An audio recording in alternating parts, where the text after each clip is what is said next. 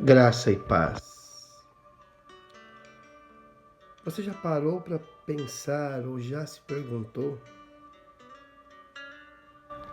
por que Deus se preocupa com a gente? O que leva a Deus se preocupar comigo, com você? Por que Deus manda profeta, pregadores para falar com a gente?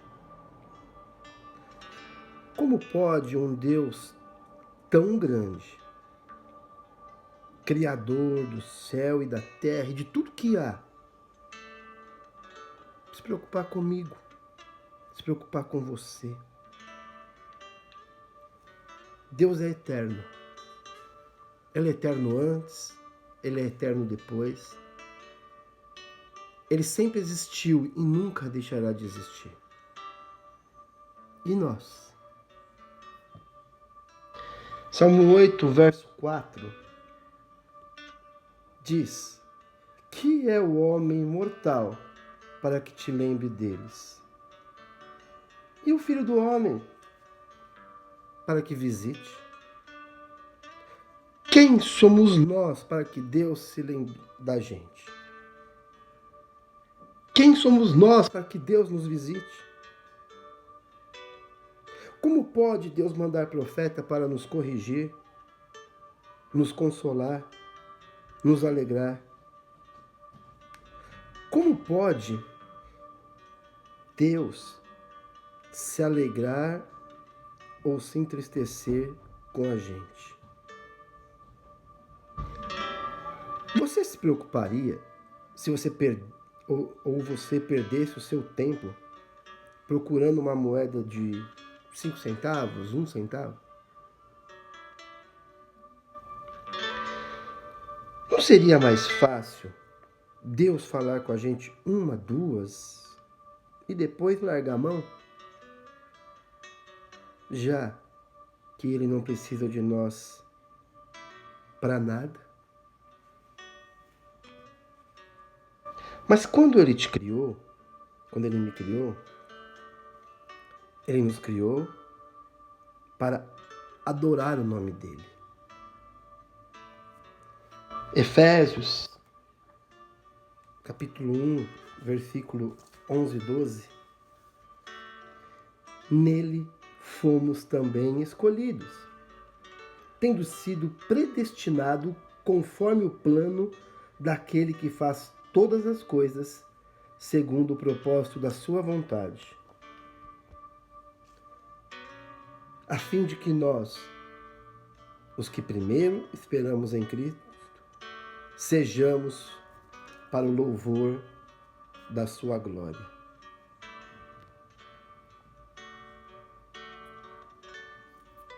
Deus nos fez para que adorássemos o nome dele.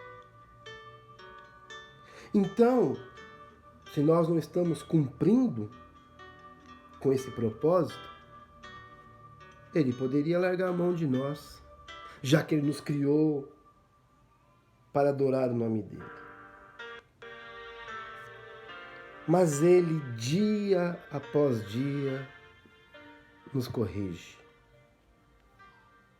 para o louvor da sua glória. E por isso, nós nos reunimos para cultuar a Deus. Por isso nós nos reunimos na igreja para cultuar a Deus, para louvar, para agradecer, para clamar.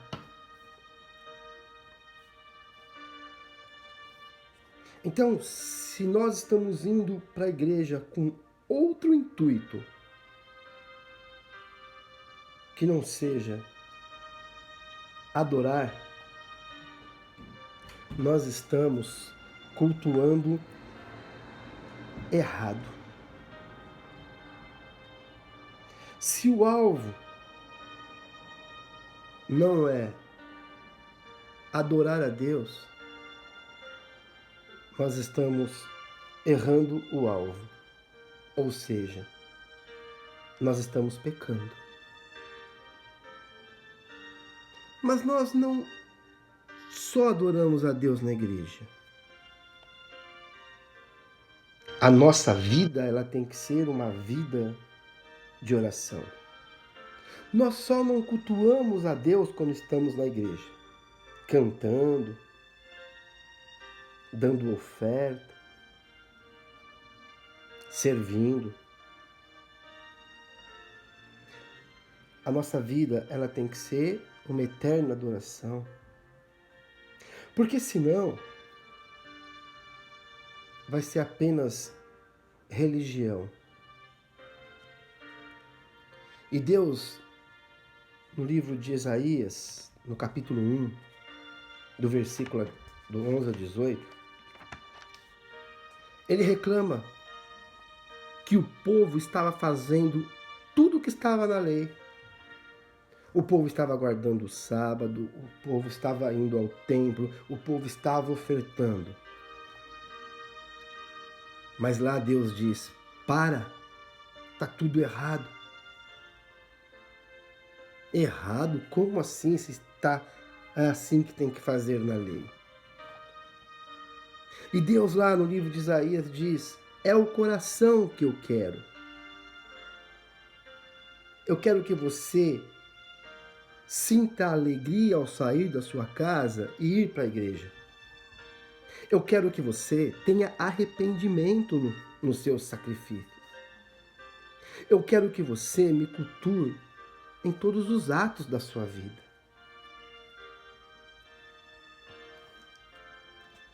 No livro de Isaías, Deus diz isso: do que me serve a multidão de vossos sacrifícios? Diz o Senhor. Já estou farto dos holocaustos de carneiro, da gordura dos animais cevados, nem me agrado de sangue de bezerros, nem de cordeiro, nem de bode. Quando vindes para comparecer perante a mim, quem pediu isso das mãos de vocês? Não continue a trazer ofertas vãs. O incenso é para mim a abominação. E as luas novas, os sábados, a convocação da assembleia, eu não suporto mais. Nem as suas reuniões. Lavai-vos, purificai-vos, tira a maldade dos vossos atos diante dos meus olhos. Deus estava muito bravo, né? Mas no versículo 18, ele mostra amor e diz: vinde então e argue-me, diz o Senhor, ainda que os vossos pecados sejam como a escarlata, eles se tornarão brancos como a neve. Ainda que seja vermelho como o carmesim, se tornarão branco como a lã.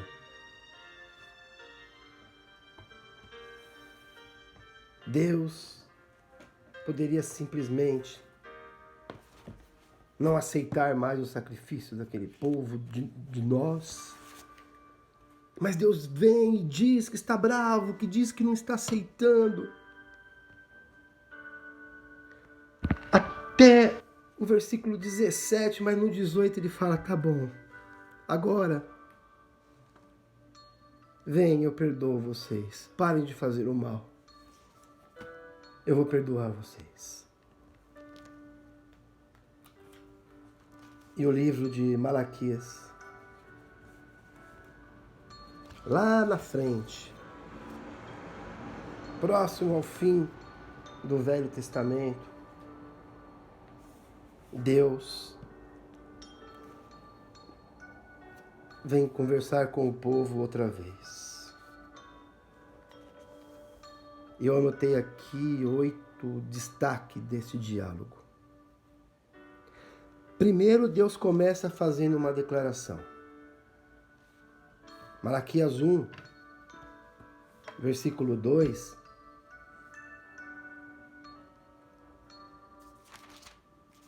Deus diz: eu sempre os amei, diz o Senhor.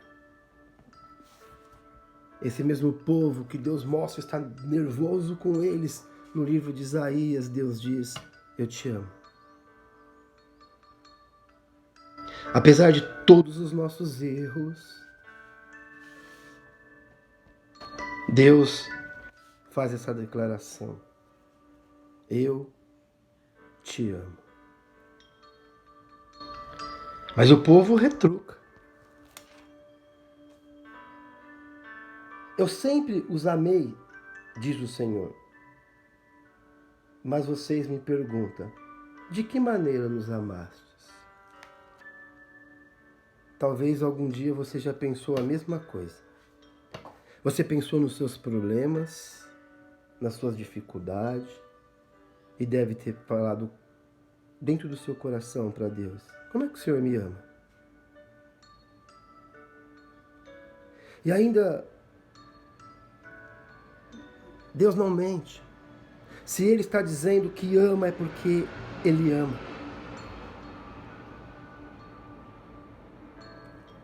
Segundo, Malaquias, ainda no capítulo 1, 6 ao 9, Deus diz: vocês me desonram. E o povo diz: como eu te desonro, Deus? O filho honra seu pai e o servo seu senhor. Se eu sou seu pai, onde está a honra que me é devida? Se eu sou o Senhor, onde está o temor que me deve? Pergunta o Senhor dos Exércitos a vocês, sacerdotes. São vocês que desprezam o meu nome. Mas vocês me perguntam: de que maneira temos desprezado o teu nome? Trazendo comida impura ao meu altar. E mesmo assim ainda pergunta: como é que eu te desonro? Ao dizerem que a mesa do Senhor é desprezível.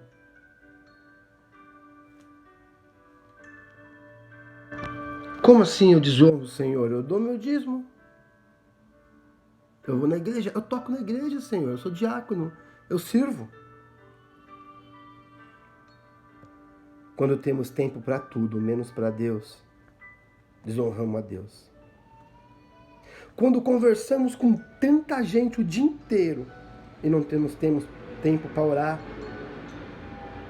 desonramos a Deus. Quando gastamos o nosso dinheiro com todas as coisas, mas nós não temos para ofertar ou para socorrer o necessitado, desonramos a Deus. E aí, terceira parte do diálogo, Malaquias 2, Malaquias 3, versículo 2. Malaquias 2, versículo 3, desculpa, Malaquias 2, versículo 3, Deus chama a atenção do povo e diz: por causa de vocês, eu destruirei a sua descendência, esfregarei na cara de vocês os excrementos dos animais oferecidos em sacrifício e em sua oferta, e lançarei vocês fora como excremento. O que Deus aqui está dizendo? Eu não aceito qualquer oferta. Mas o que nós mais ouvimos hoje é a lei da semeadura. Plantar para poder colher. Mas se a semeadura for ruim, Deus não aceitará. E na quarta parte do diálogo, Malaquias 3, versículo 10. 2, versículo 10. Ele diz: não temos todos os mesmos pais? Não fomos todos criados pelo mesmo Deus? Por que será então que quebramos a aliança dos nossos antepassados, sendo infiéis uns com os outros? Se somos irmãos e temos Deus como Pai, por que brigamos tanto? Livro de Mateus, capítulo 5, versículo 23 e 24, Deus nos alerta: se conserte com seu irmão enquanto há tempo.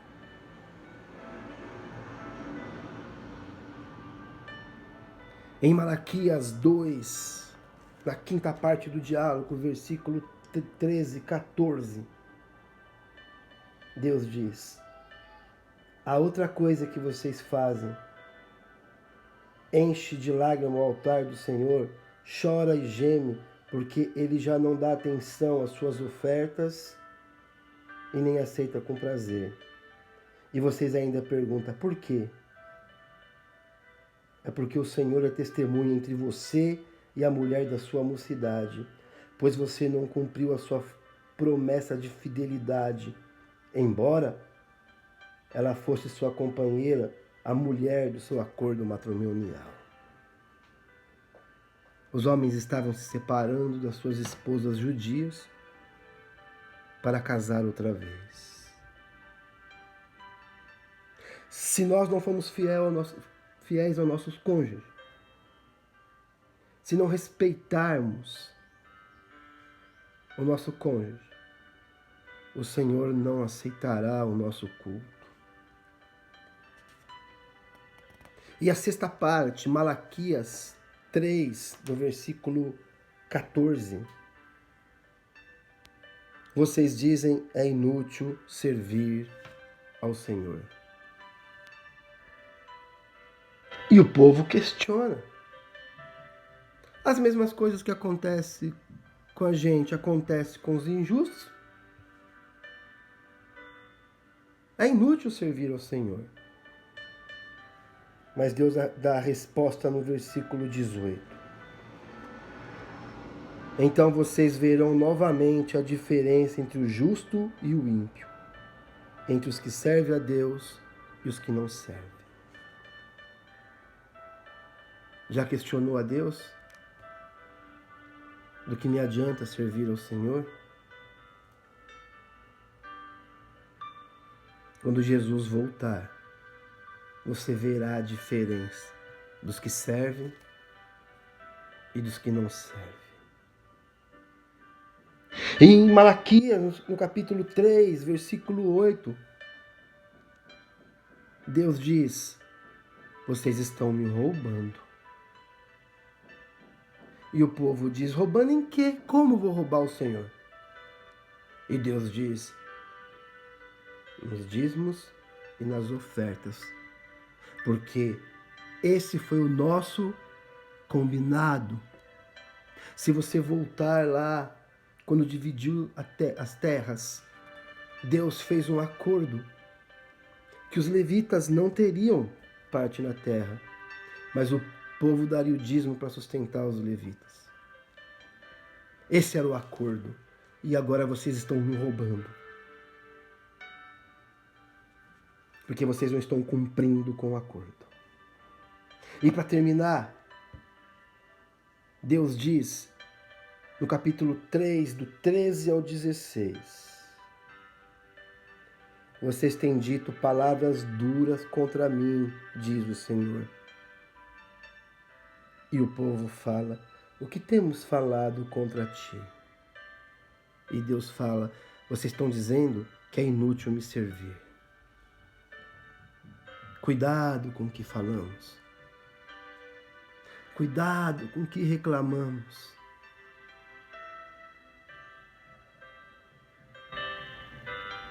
Esse diálogo de Deus para com o povo mostra o amor de Deus. Um Deus preocupado com o que o povo estava fazendo. Um Deus querendo corrigir por amor. E Deus vem e diz, eu amo vocês.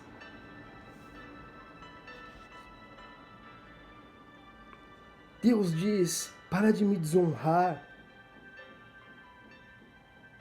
Para de me ofertar de qualquer jeito. Para de brigar entre vocês. Para de separar das suas esposas para casar com outros. Para de palavras duras contra mim. Para de me roubar. Como diz em Isaías, para com tudo isso. E por mais sujo que vocês estejam, eu perdoo, eu limpo. Você está passando por momentos difíceis? É porque Deus te ama. E no final você vai ver que Deus usou esses momentos difíceis para que você se consertasse, para que eu me consertasse. E eu termino com o que Deus diz em Malaquias. Capítulo 1, versículo 2. Eu sempre os amei. Eu sempre os amei, diz o Senhor dos Exércitos.